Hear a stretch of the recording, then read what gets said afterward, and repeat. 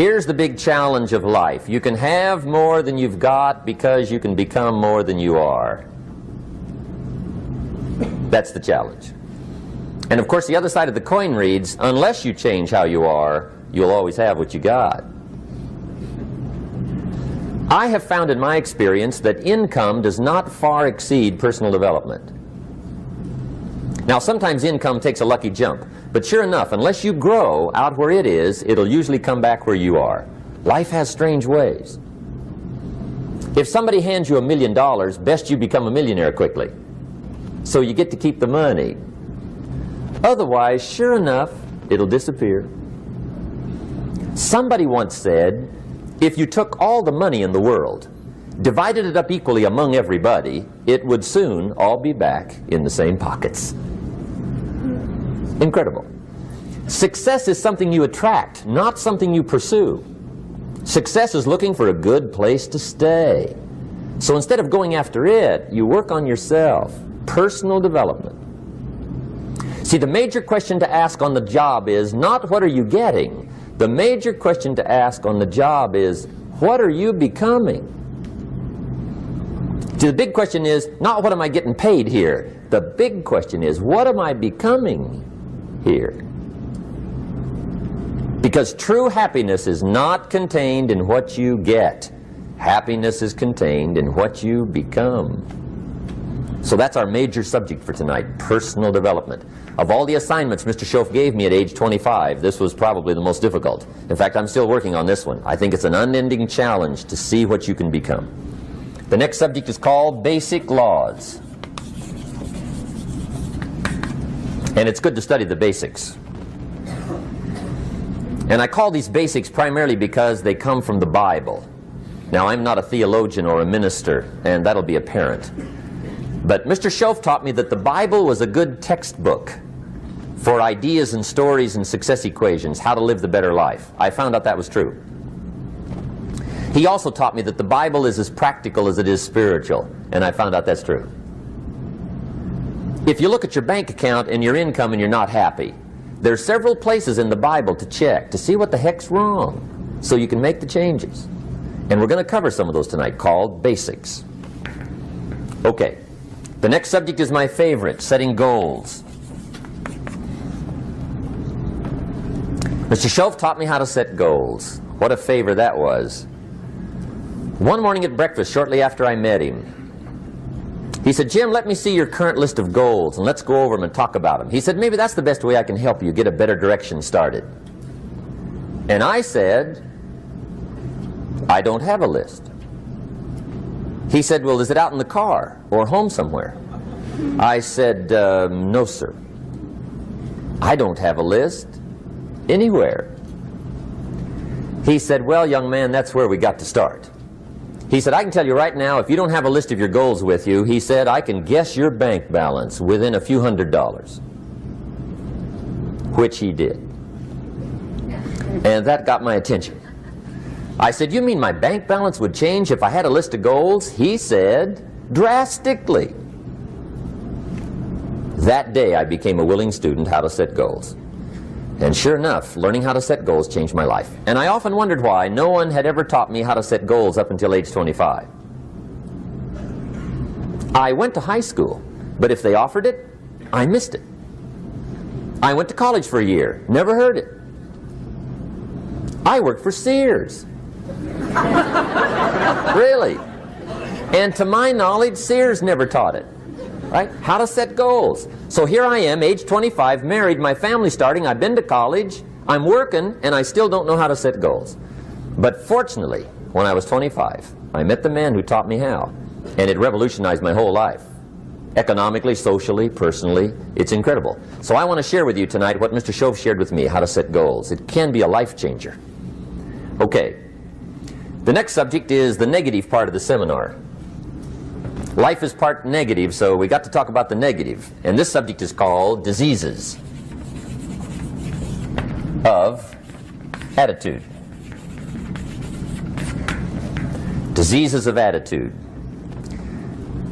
There's a lot of things that can wreck your chances to do well. We live in a rather dangerous world, so you got to be not only wise, you got to be careful. Now, attitude diseases are just as bad as physical diseases, right? High blood pressure, heart trouble. I mean, a lot of things will ace your chances to do well. So you've got to be careful. And attitude diseases are deadly. I mean, they'll destroy all the good things you start. Okay? So we'll go through those attitude diseases, how to spot them, how to look for them, what they are, and the cure. And I'm a pro on these because I've had them all, so I can give you excellent advice on these. Now, the last subject we're going to consider tonight is called the day that turns your life around. The day that turns your life around. And under this subject, we're going to talk about the emotions that can change your life. Human beings are emotional creatures, and emotions are powerful for life change. Now, of course, emotions are so powerful they can go either way on you. Emotions can either build or destroy. So you really have to employ emotions properly. We call civilization the intelligent management of human emotions. If you can intelligently apply your emotions in the right direction, no telling what can happen. Could turn your life around one day would be sufficient. So we'll talk about those. Okay. Now that's a lot to cover in one evening, but we'll keep at it here and see if we can't get it all done. I'd like to have you now jot down the theme of the seminar. Every seminar should have a theme, I guess. We've got one. It's on some of our literature if you happen to notice it, but if you didn't, for your notes, here it is. The theme of the seminar goes like this: the major key to your better future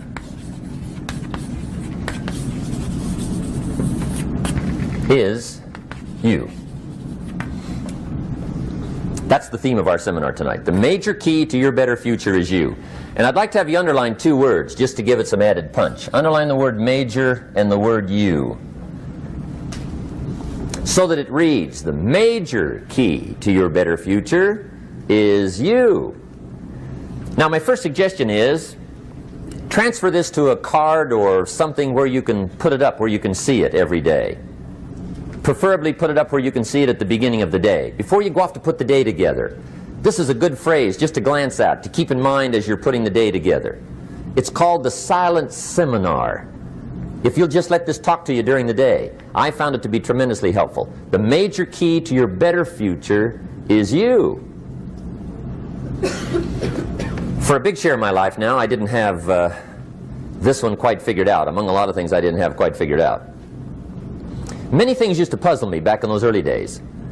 I used to wonder why two people could work for the same company, one make twice as much money. Now see, that used to puzzle me. And maybe they were the same age, graduated from the same school, live in the same community, work for the same company, with the same products and the same services. They've got the same traffic, the same problems, and one makes $1,000 a month, the other one makes $2,000 a month. Now that was my puzzling question. Why would this long list be the same and the money twice as much? I asked, what's the difference between $1,000 a month and $2,000 a month? And I don't mean $1,000 a month, right? I could figure that out. But what makes the difference? Why would one person do twice as well, 3 times as well? Speaking economically. Now I know there's more than one way to do well. I understand that. But in this little narrow area called compensation, what's the difference? Well, back then, with my faulty thinking, I'm trying to reason it out. I thought, well, maybe time makes some of the difference, right? Some people do better because they have more time. I used to say, Harold ought to be able to do well. He's got a lot of time. If I had all of Harold's time, I could do well. Now, that's got to be dumb, right? Number one, you can't get somebody else's time. A guy says to me one time, he says, you know, if I had some extra time, I could make some extra money. I said, then forget it. There isn't any extra time.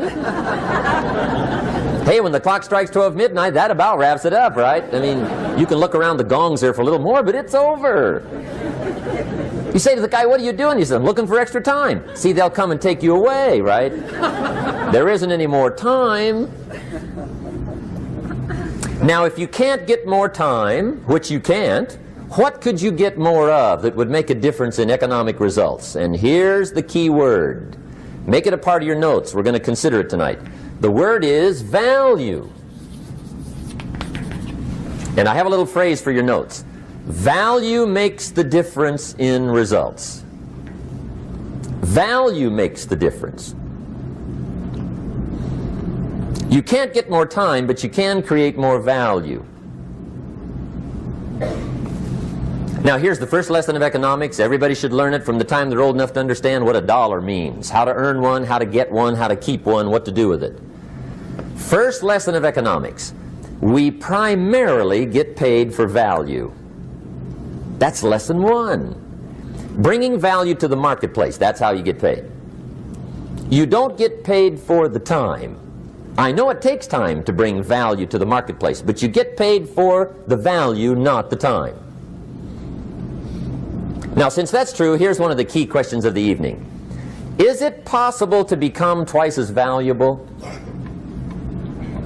at the marketplace and make twice as much money in the same time? Could you become 3 times as valuable? Make 3 times as much money in the same time? Is that possible? The answer is yes, if. And it's always if, right? Life is known as the big if. Harry Truman once said, life is iffy. How true. And here's the big if we're going to consider it tonight. It's possible to do much better at the marketplace if you go to work primarily on yourself. And that's the theme of our seminar tonight. Learning to work primarily on yourself. People have asked me for the last 24 years, how do you develop an above average income? And the answer is, become an above average person. Develop an above average handshake. Some people want to be successful, they don't even work on their handshake. As easy as that would be to start on. They let it slide, they don't understand. Develop an above average smile. Develop an above average excitement. Develop an above average interest in other people. Develop an above average intensity to win. See, that'll change everything.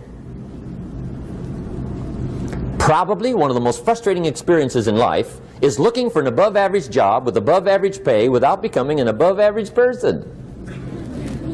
It's called frustration.